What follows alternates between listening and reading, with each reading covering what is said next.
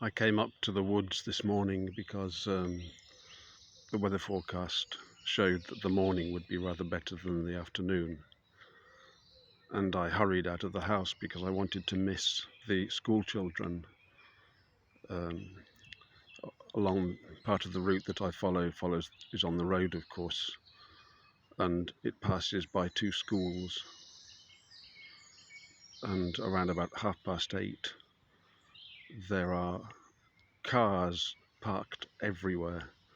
The pavements become quite difficult to negotiate because people park large cars right on the pavement and then swing the doors open if you're not careful.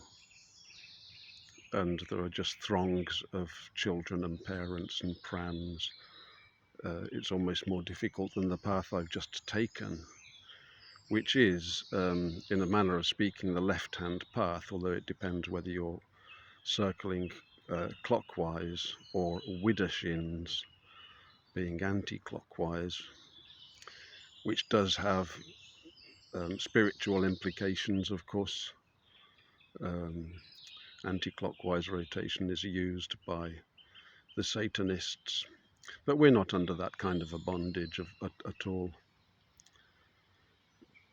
So today I followed a clockwise and godly route, and I probably foolishly decided to take the left-hand path going back. The left-hand path is the most difficult path in the woods.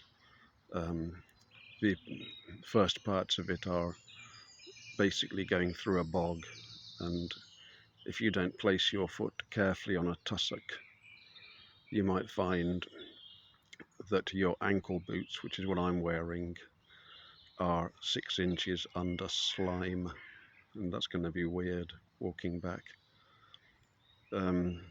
Fortunately, I have my staff.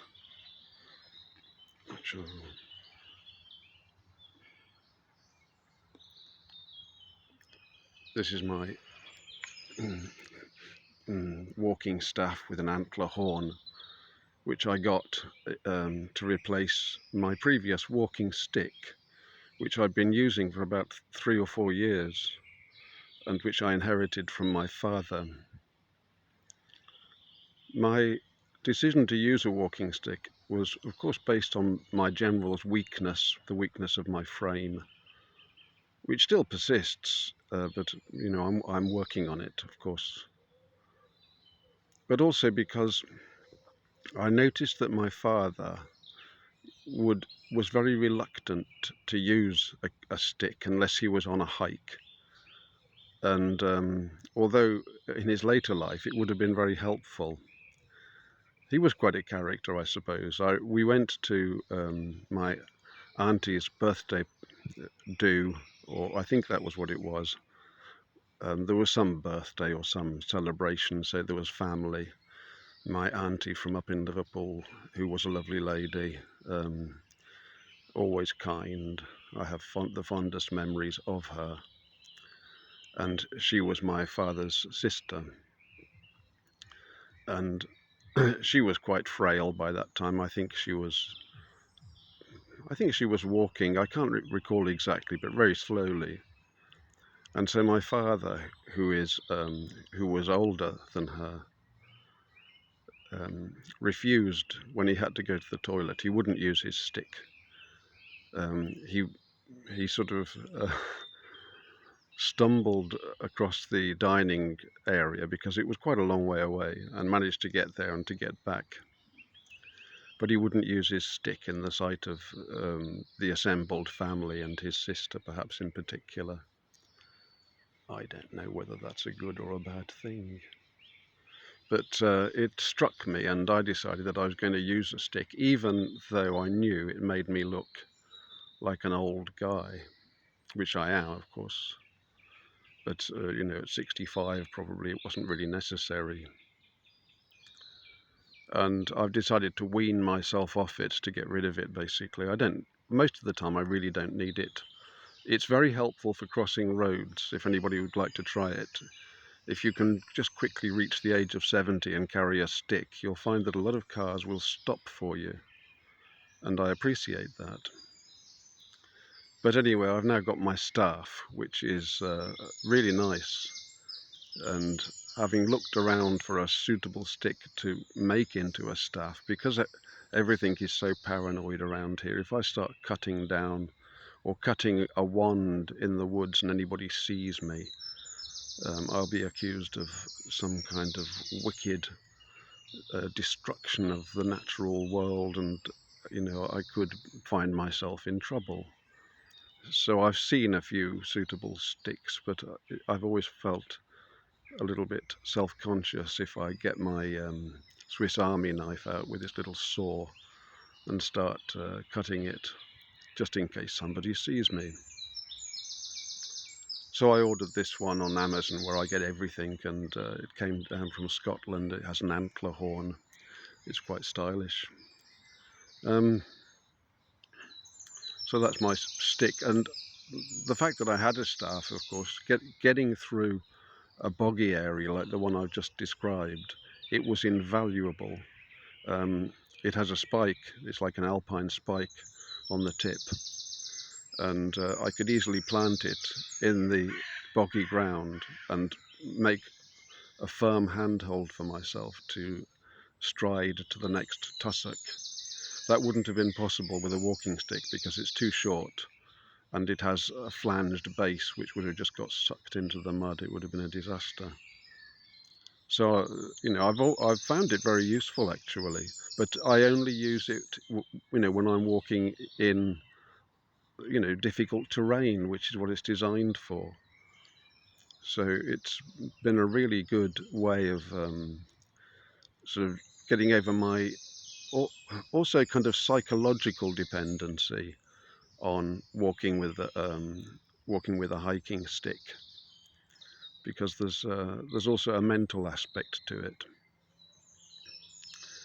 But today the woods are just empty, and I realised as I walked along the road that clearly it must be a bank holiday, because there was no sign of the usual traffic that I would have expected at the hour that I was walking, which was around about before, I should think, 8:15 in the morning, rather later than I would have wanted to go, but so it was.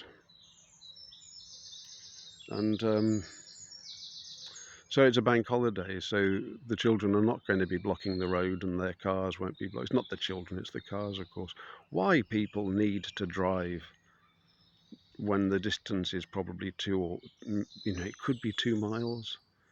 I think the idea of walking 2 miles, it just doesn't occur to people for some reason. I suppose they've spent the money on the car, so they use it.